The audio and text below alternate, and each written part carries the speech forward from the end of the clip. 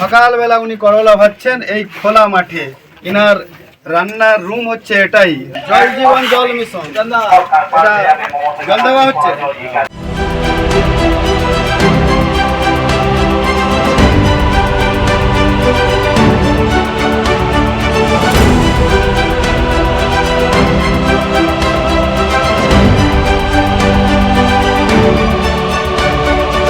সকালবেলা উনি করলা ভাজছেন এই খোলা মাঠে। ইনার রান্নার রুম হচ্ছে এটাই, রান্নাঘর এটাই।